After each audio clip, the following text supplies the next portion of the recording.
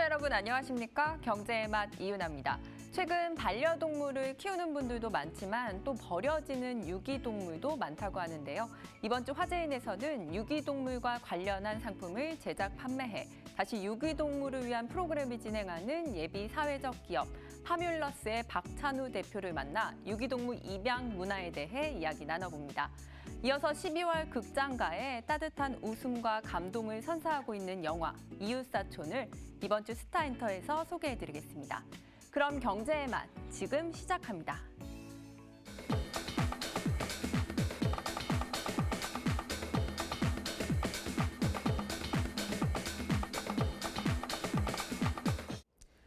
시청자 여러분 반갑습니다. 저는 파뮬러스의 박찬우입니다. 만나서 반갑습니다.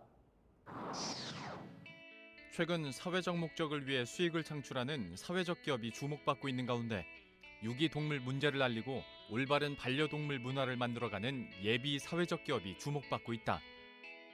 유기동물 캠페인과 관련된 굿즈를 판매해 수익을 창출하고 다시 유기동물들을 위한 프로그램을 열어 사회적 가치를 창출하는 소셜벤처 파뮬러스. 특히 이들은 사고 파는 물건처럼 여겨지는 반려동물의 입양 문제에 중심을 두고 반려동물이 진정한 가족으로 받아들여지기 위해서는 새로운 패러다임이 필요하다고 말하는데, 이번 주 화제인에서는 유기동물 입양 문화 정착을 위해 노력하는 예비 사회적 기업 파뮬러스의 박찬우 대표를 만나본다.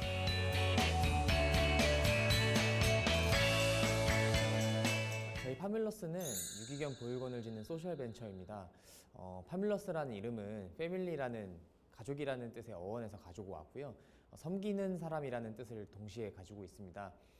반려동물들이 너무 많이 버려지는 이때에 반려동물들까지 가족으로 생각하는 마음을 갖자는 의미에서 파뮬러스로 이름을 짓게 되었습니다. 저희가 주로 하는 일은 유기동물과 관련된 캠페인을 진행하거나 유기동물들과 관련된 굿즈나 제품들을 만들고 판매하는 일도 하고 있고요. 그리고 유기견 입양과 관련된 일도 진행하고 있습니다. 어렸을 때부터 동물들을 되게 좋아했는데 그때 봤던 지식 채널 2의 프로그램 내용이 북극곰들이 왜 죽어가는지에 대한 이유였어요. 북극곰들이 수영을 되게 잘하는데 지구온난화나 이런 것 때문에 빙하가 녹고 쉴 곳을 못 찾아서 이제 가라앉아서 죽는다고 하더라고요. 그래서 제가 이제 느꼈던 거는 사람들이 이제 어떻게 하면 이런 동물들과 공존할 수 있을까에 대해서 처음에 관심을 좀 가졌고, 그 뒤로부터 이제 뭐 그린피스나 아니면은 환경 혹은 자연이랑 관련된 단체들에서 어린 나이에서부터 회원이나 이런 활동들을 해가면서 꿈을 키워왔던 것 같습니다. 제가 원래 꿈이 동물보호운동가였거든요. 근데 제가 2017년도에 대학생으로 이제 숭실대학교에 재학하던 때에 유기동물 보호소를 처음으로 가게 됐어요. 근데 이제 그때 이제 제가 처음으로 가본 유기동물 보호소는 TV동물농장이나 이런 프로그램에서 보던 유기동물 보호소랑은 조금 다르더라고요. 제가 좀 충격을 받았던 게 몇 가지가 있는데, 첫 번째는 한 명이서 300마리 정도의 강아지들을 케어하고 있는 그 모습과, 그 다음에 두 번째는 너무 관리가 안 되고 있는 그 모습들에 조금 놀랐었습니다. 근데 제가 그것보다 훨씬 더 놀랐던 거는 어떤 거였냐면, 유기동물 보호소를 가고 있는 그 길에 사람들이 기부 물품이라고 보내준 것들이 이렇게 줄지어서 있더라고요.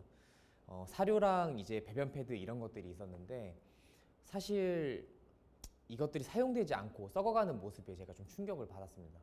제가 이제 어떻게 된 거냐고 이제 유기동물 보호소 소장님께 여쭤보니까, 이제 다른 기업들이나 개인들이 기부할 곳을 급히 찾다가 이 유기동물 보호소에 기부를 하게 됐다고 하셨고, 그 과정들 속에서 이 친구들이 실제로 사용할 수 없는 물품이나 아니면 기간이 너무 짧아서 먹을 수 없는 사료들이나 아니면 조금 쓸모없이 버려진 그런 물품들을 마구 기부하는 탓에 이렇게 쌓여져 있다고 하더라고요.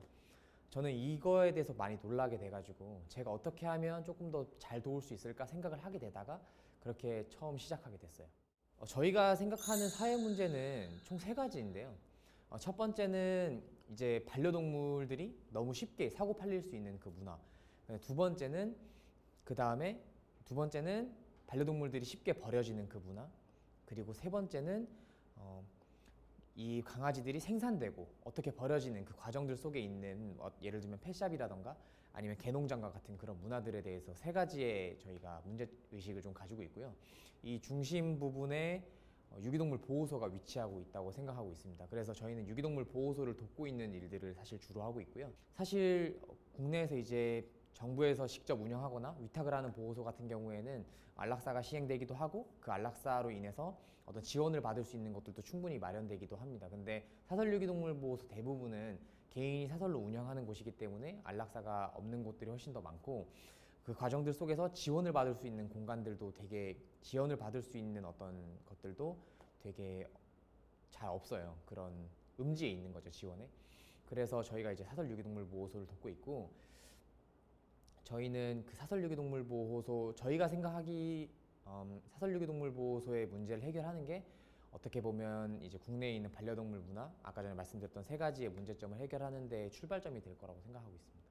저희가 생각하는 유기동물 보육원은 기존에 있었던 유기동물 보호소나 아니면은 다른 단체가 운영하고 있는 센터들이랑은 다르게 브리딩 시설도 좀 갖춰져 있고 사람들이 직접적으로 오갈 수 있고 그리고 유기동물에 대한 어떤 친밀도를 올려갈 수 있는 그런 공간으로 생각을 좀 하고 있습니다. 그래서 기본적으로는 이제 내부의 병원이나 아니면 이제 카페 같은 것들을 통해서 지역 사회 사람들이 직접 방문도 하고 유기동물들과의 마음속 거리를 줄일 수 있는 그런 환경들로 생각을 좀 하고 있고요. 저희가 이제 이렇게 하고자 하는 이유는 저희가 아까 전에 말씀드렸던 사회 문제 세 가지 중에 한 두 가지 정도를 해결하고 싶어서인데 첫 번째는 이제 개농장이나 펫샵처럼 개들이 생산되고 판매되는 그런 문화들을 개선하고 싶은 것이 첫 번째고요. 두 번째는 유기동물들이 이제 사고 팔리는 걸 넘어서 직접적으로 만나고 그리고 실제로 가족으로 좀 받아들여질 수 있게끔 운명처럼 받아들여질 수 있게끔 그 심리적 거리를 좁혀주는 데 그 목적이 있습니다. 이제 국내 크고 작은 유기동물 단체들이나 아니면 비영리 단체들에서 제시하고 있는 입양 룰들이 있어요. 예를 들면 이제 서약서를 쓴다던가 아니면 이제 책임 입양비를 낸다던가 하는 방식들이 있는데 저희가 하는 것들은 그것보다는 조금 더 거리가 있습니다. 예를 들면 이제 5주 정도 저희가 이제 봉사 절차를 꼭 가지게 되고요. 그리고 강아지를 얼굴을 보고 선택을 할 수가 없습니다. 그래서 입양 신청을 하게 되면 강아지들을 실제로 만나지 않고 이제 저희가 5주 이후에 강아지를 실제로 대면하는 그런 작업들을 가지게 되고요. 이제 한 번 정도는 이제 이 강아지가 마음에 안 든다라는 이유로 저희가 이제 또 다른 봉사 기간을 거쳐서 다른 강아지를 소개해 드릴 수도 있지만 그렇게 두 번이 지난 이후에는 저희가 다 이제 저희 시스템 안에서는 입양할 수 없게 저희가 만들어 놨습니다. 사실 이게 왜 그러냐면 사람의 아이를 입양할 때 신생아들을 입양할 때도 얼굴을 못 본다고 해요. 이제 사실 제가 저의 자식을 낳았는데 혹은 제가 저의 가족을 맞았는데 그 친구를 어떤 얼굴이나 혹은 생김새 어떤 문제들 때문에 이게 가족이 되지 않는다는 게 저는 좀 이상하다고 생각을 했거든요. 실제로 유기동물 보호소들이 입양을 보낼 때도 많은 입양 단체에서 진행하는 방법은 펫샵이랑 사실은 크게 다를 바가 없어요. 예를 들면 이제 썸네일 안에 강아지들이 있고 그 중에서 자꾸 예쁜 친구들만 넘어가고 그리고 늙고 병든 친구들은 그 안에서 자연적으로 죽어가거나 안락사를 당하고 저희는 사실은 이런 시스템상의 문제가 어느 정도 존재한다고 생각을 했고 저희가 만들어 놓은 시스템의 그래서 주안점은 얼굴을 보지 않고 운명처럼 받아들이는 가족 입양 정도로 저희가 생각하고 운영하고 있습니다.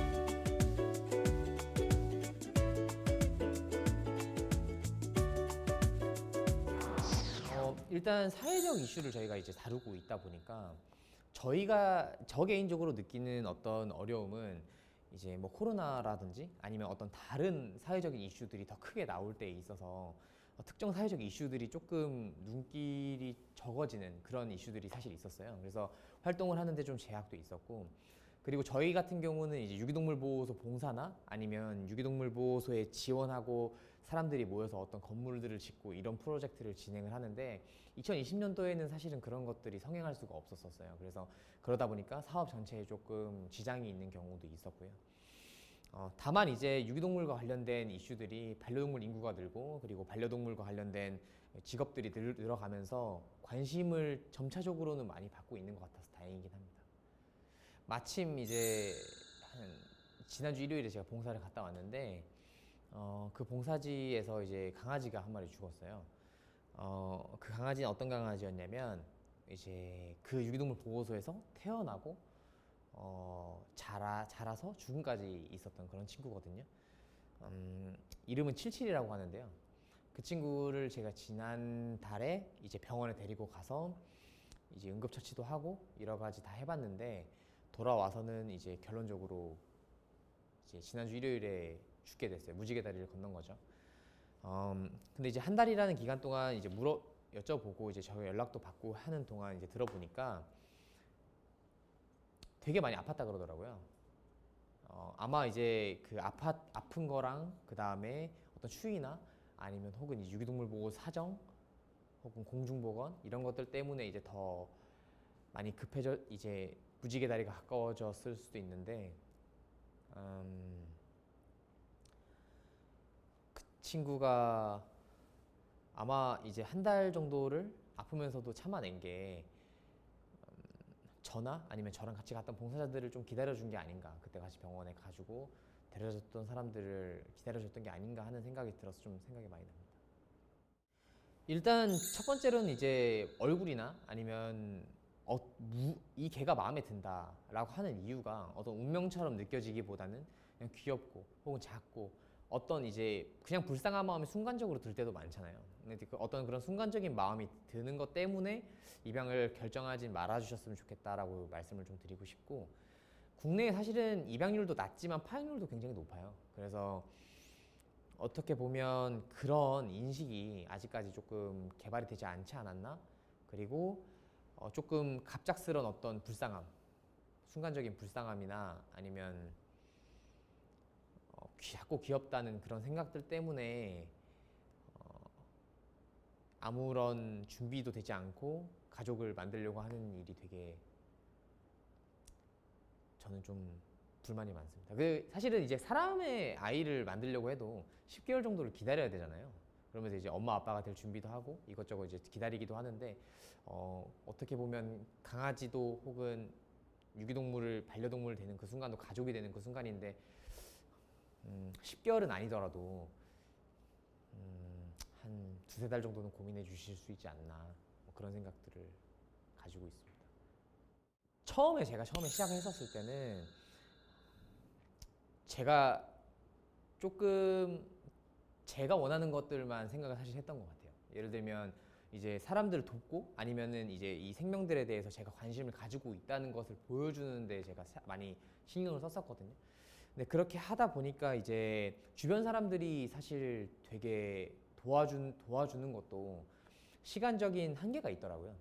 그래서 제가 이렇게 사업에 어떤 부침도 겪고 어떤 성공 같은 것도 이제 저희가 진행을 해보면서 겪게 되면서 느꼈던 것은 일단 제 주변에 있는 사람들 그리고 저랑 같이 일하는 사람들이 저는 부자가 됐으면 좋겠다는 생각을 좀 하고 있어요. 좀 생뚱맞은 소리일 수도 있는데 사실 이게 도와주는 마음이라고 하는 게 실제로 그 도와주는 마음을 가지게 되려면 사람이 조금은 여유로운 상태로 있어야 되거든요. 그래서 사실 그런 부분에 대해서 어떤 필요성을 사실 굉장히 많이 느끼고 있어서 최근에는 이제 그런 이야기들을 많이 하고 있습니다. 일단 저희 파밀러스는 이제 한 5년 정도 안에 유기동물 보육원을 20개에서 30개 정도 짓는 게 목표입니다. 이제 저희는 유기동물 보육원이 지역마다 하나씩 세워져서 어떤 브리딩 시설도 갖추고 병원 시설도 갖출 수 있어서 지역사회에 있는 사람들이 모두 모여서 반려동물 문화를 조금 더 예쁘고 아름답게 가꾸어 나가는 곳으로 만들어 놨으면 좋겠고요. 마지막에는 사실 저희 파밀러스가 사라졌으면 좋겠습니다. 그래서 저희가 전혀 필요 없는 날이 왔으면 좋겠고요. 저 개인적으로는 사실 저랑 함께 일하는 사람들 그리고 제가 사랑하는 사람들, 가족들이 모두 다 행복하고 부자가 될 수 있는 그런 길을 제가 앞장서서 만들어 나가고 싶습니다. 그리고 저 스스로는 이제 제가 앞서 말씀드렸던 것처럼 비슷한 것들을 하려고 하는 사람들한테 귀감이 되거나 혹은 더 나은 모습을 보여서 어떻게 보면 이 길이 조금 힘들 수 있는 길이거든요. 그래서 이 길을 오려고 하는 사람들이 조금 더 많아졌으면 좋겠습니다. 자신만의 아이디어와 참신한 생각들로요.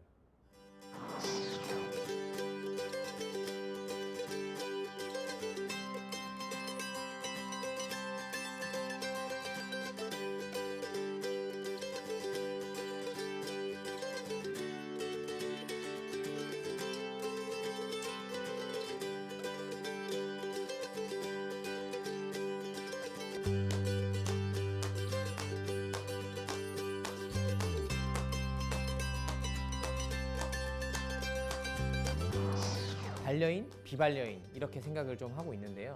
저희가 생각하는 비반려인 앞에는 얘라는 글자가 숨겨져 있다고 생각합니다.